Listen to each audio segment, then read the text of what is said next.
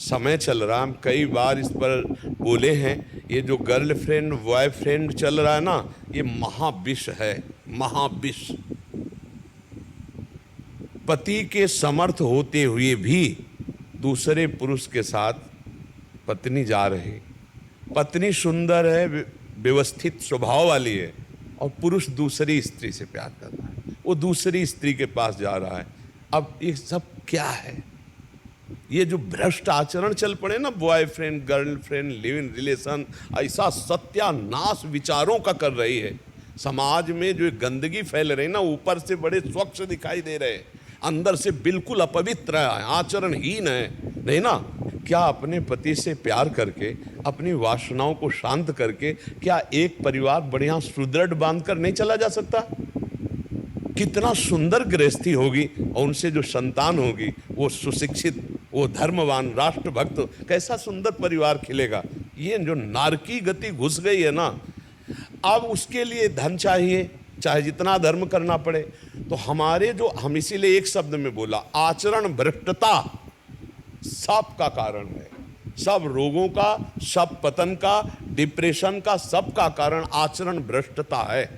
और ये अंदर से आप देख लीजिए, आप लोगों में से कितने लोग आचरण पवित्र हैं।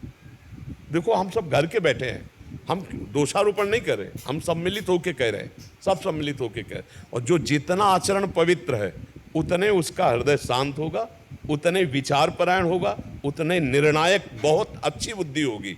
और जितना भ्रष्ट होगा, उतने नास्तिकता, उत्साहहीनता, कुविचार, और सब ड्रामा, सब पाखंड है, सब नौटंकी नाटक है, इन विचारों का रूपण। क्योंकि पापवंत कर सहज स्वभाव, भजन मूर्ति भाव न काऊ, जो पे दुष्ट हृदय सोई होई, मोरे सन्मुख आओ की सोई। वो आकर भी विमुख रहेगा।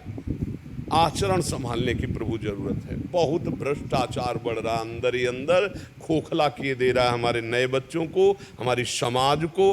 अब हम कैसे बताएं? हम कई बार कह चुके हैं कि जिसको आज इस होटल का भोजन, आज इस होटल का भोजन, आज इस होटल का भोजन, वो कभी एक रसोई में घर की बनी हुई बराबर नहीं रह सकता। उसको चाट लग गई है कई होटलों के भोजनों की। ऐसे ही आज ये बॉयफ्रेंड ब्रेकअप, कल वो बॉयफ्रेंड ब्रेकअप, कल वो गर्लफ्रेंड ब्रेकअप, कल वो। तो ये क्या पति पत्नी आजीवन निर्वाह कर पाएंगे बच्चे?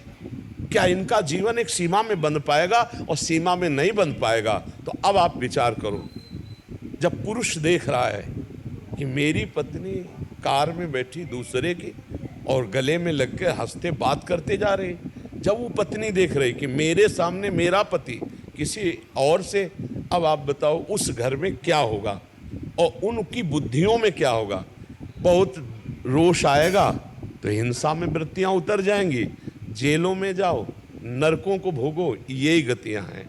इसीलिए एक शब्द में उत्तर दे रहे, हमारी जो आज मानसिक स्तर गिर रहा है उसका कारण है भ्रष्ट आचरण। अब उसे मानो या ना मानो, भ्रष्ट आचरण में नशा आ जाता है, भ्रष्ट आचरण में अधर्म के द्वारा धन लेना आ जाता है, भ्रष्ट आचरण में पराये पत्नी के साथ या पराये पुरुष के साथ जो सहवास करना आ जाता है, भ्रष्ट आचरण है। अगर भ्रष्ट आचरण सुधार लिए जाएं तो अभी आनंद आ जाएगा। देखो, जब पाप का हमें दंड भोगना होता है तो हमारी बुद्धि को निगेटिव किया जाता है। बुरी दशा आने के पहले बुद्धि बदली जाती है। जेका विधना दारुण दुख दीन, वही कह मत पहले हरिलील। तो बुद्धि का विपरीत होना, निगेटिव हो जाना, नकारात्मक सोचें होना, ओवर थिंकिंग इतनी बढ़ जाना, अब वो उसको डिप्रेशन में पहुंचा देती है, क्योंकि पाप है। अच्छा, पाप नहीं है और भजन हो रहा है, नाम जप है, सत्संग है, आप काट सकते हो। जो आपके व्यर्थ का चिंतन है, ओवर थिंकिंग, आप उसको काट सकते हो, निगेटिव को आप पॉजिटिव में बदल सकते हो, हर बात को संभाल सकते हो। आप भजन करने वाले, सही आचरण वाले हैं तो आप पूरे परिवार को संभाल सकते हो। और नहीं तो फिर क्रोध आ जाता है, हिंसा आ जाता है, और नाना प्रकार, वो उसको जहर दे दिया, उसको मार दिया, वो उसको ऐसा कर दिया। ये सांप का सांप जितना कुछ हो रहा है, ये भ्रष्ट आचरण। इस शब्द को अगर सुधार लिया जाए, भ्रष्ट आचरण, तो आज हमारे मानसिकता में जो कमियां आ रही, जो शारीरिक कमियां आ रही हैं, जो समाज में कमी आ रही, ये सब दूरी हो जाए। बड़ी ईमानदारी वाली बात है कि हमें अपने आचरण सुधारने की बहुत ज़रूरत है। अब वो कह रहा तुम ऐसा क्यों कर रहे हो, तो बोले मैं बालिग हूँ, मैं तुम्हें पसंद नहीं करती, मैं तुम्हें तलाक देती हूँ, चाहे जब ले ले, तू मुझे नहीं रोक सकता पति से। ये क्या सभ्यता है, ये क्या पवित्रता है, ये क्या है? अच्छा, जो आदमी केवल तुम्हारे शरीर पोषण के लिए तुम्हारे पति से तुम्हें बैर करवा रहा है, वो तुम्हें देख रहा है कि तुम्हारी मानसिक स्थिति क्या है, तुम उसकी नहीं हुई, तो केवल प्रयोग करेगा आपका कभी जीवन साथी नहीं बन सकता। क्योंकि वो जीवन साथी था जिसने तुम्हें पाणी ग्रहण किया, वो जीवन साथी नहीं है जो तुम्हारा उपभोग कर रहा है। वो समय आने पर तुम्हें ऐसे ही छोड़ेगा जैसे तुमने इसको छोड़ा है। फिर तुम्हारी हालत क्या होगी, विचार करो। जैसा तुम करोगे वैसा ही पलट कर तुम्हारे पास वही कर्म आ जाएगा, पक्का समझो, वही कर्म पलट कर आ जाएगा।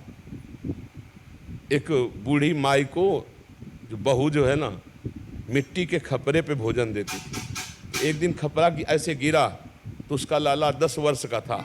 उसने कहा मम्मी संभाल के गिरने न पावे। बोले क्यों? बोले जब दादी बूढ़ी है ना, इसमें खाती है ना, तो जब आप बूढ़ी होगी ना तो इसमें मुझे खवाना है आपको। जो तुम दे रहे हो ना वो पलट के किसी दिमाग में जाके जम जाएगा और वही कर्म का तुम्हें हिसाब मिलेगा। इसलिए मुझे लगता है गलत आचरण, पापाचरण, अधर्माचरण, इनको छोड़ा जाए तो हम सुखी हो सकते। इसीलिए अध्यात्म है, इसीलिए हम कहते हैं नाम जप करो, सत्संग सुनो, तुम्हारा मंगल होगा। देखो, ये जो अध्यात्म है केवल आपके मंगल के लिए है, ये कोई व्यापार नहीं है।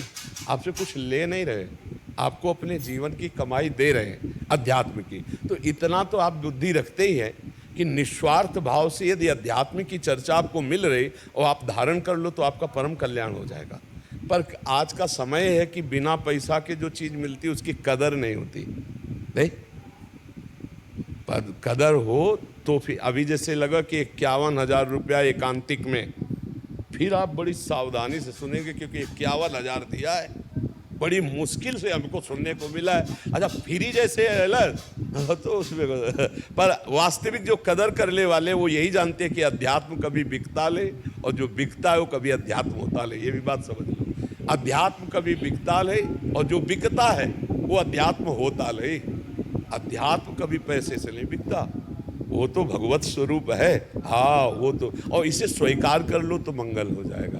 और आज हमारे बहुत से भाई बहन स्वीकार कर रहे हैं, बड़ा परिवर्तन हो रहा है। श्री जी ठाकुर जी की बड़ी कृपा है। अब आज जैसे होगा, शनिवार था, 70-80 हज़ार लोग होंगे और उनमें से मुश्किल से 10-15% होंगे वृद्ध, माताएं, बहनें, बुजुर्ग, नहीं सब जवान जितने थे सब राधा राधा राधा। बड़ा अच्छा लगता है कि जब नौजवान भाई, तब लगता है कि अगर ये पीढ़ी सुधर जाए तो सब सुधर जाए, क्योंकि यही हमारे देश के भविष्य है। जो आज नशा में डूब रहे हैं, बेविचार में डूब रहे हैं, गलत आचरणों में जा रहे हैं। क्या होता है कि जैसे हम अधर्माचरण करते हैं ना तो हमारी क्षमता कम हो जाती है। जैसे नशा करने लगे, ड्रग्स आदि, तो क्षमता कम हो गई। अधिक व्यभिचार करने लगे तो क्षमता कम हो गई। अधिक पापाचरण करने लगे तो विचार की क्षमता कम हो गई। अब अगर उनको छेड़ दिया आप तो वो हर कोशिश यही करेंगे कि आपका नाश हो जाए, क्योंकि उनकी बुद्धि सहनशील नहीं है, क्षमता खो चुकी है। अब वो क्षमता जब खो तो बावरे हो जाते हैं। कैसे कर? जहाँ हमारी गलत आचरण होने लगते तो हमारी बौद्धिक शक्ति कम हो जाती, क्षमता कम हो जाती। तो अपने पूज्य जनों को सोचो, तो ये क्षमता सोचने की सब खत्म हो जाती है।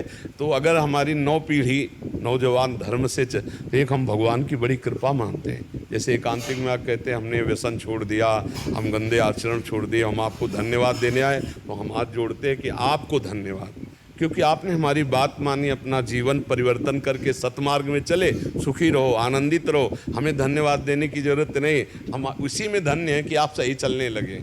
हम खुद धन्य हो जाएंगे, हमारा जीवन धन्य हो जाएगा, हमारा बोलना धन्य हो जाएगा। संतों का जीवन किसमें धन्य है? आपका मंगल हो जाए, आप सुखी हो।